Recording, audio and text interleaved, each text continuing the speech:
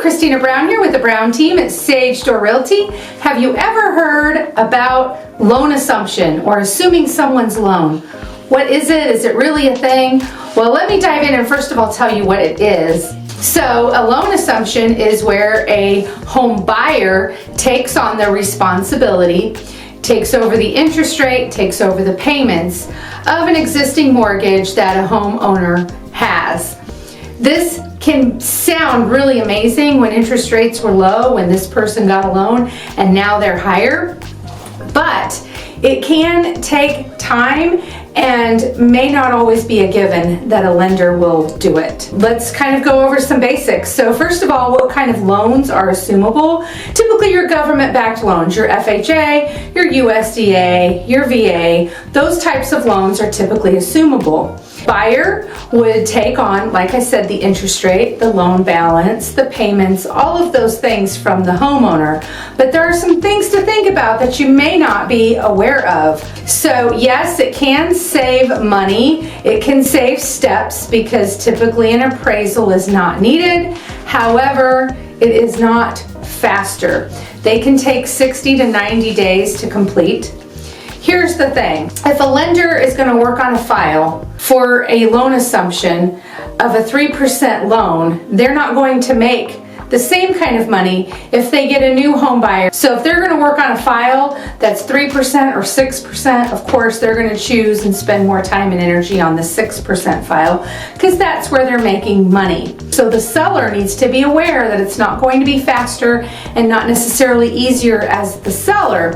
It will be very advantageous and exciting to a buyer. So why would a seller choose to do it? If it's a property that's hard to sell and you have a great interest rate, you may consider doing a loan assumption for those reasons, because really it would be more of an advantage to a buyer. Some pros and cons to think about. So I've kind of already mentioned one of the pros. You don't have to have an appraisal. So the process can be streamlined and cheaper for the buyer.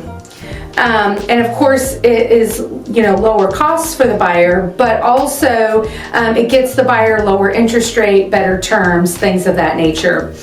Can also assume VA loans even if they aren't a veteran. A lot of people don't know that.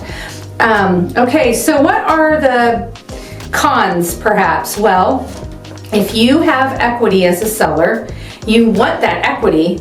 If you're going to sell your home to that buyer, you want to cash out that equity, right? Let's say you paid $300,000 for this house. You've owned it for 5 years. You've paid it down some. You don't have to put a down payment. Let's say with VA and FHA it's low, but let's say you did put down a nice little chunk and you have 10% equity. You're going to want that $30,000 when this new buyer takes over. The only way you're going to get your equity out of the deal is if the buyer has the cash to give you that cash at closing. So that's the other part of it you need to keep in mind. You need a buyer that's got some deep pockets that can pay that cash for your equity so that you can get those funds back.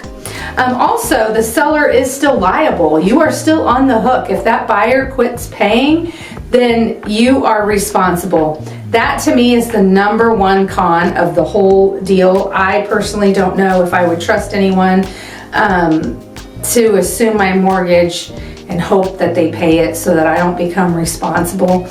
And then of course, lenders working and cooperating is the key. They have to still approve the new buyer and they have to be willing to work the file. There are some financial institutions that actually have specialists that do loan assumptions, but it's a small amount, and just know it's going to take extra time because it's low priority. So those are the main pros and cons of a loan assumption. Is it a thing? It is a real thing.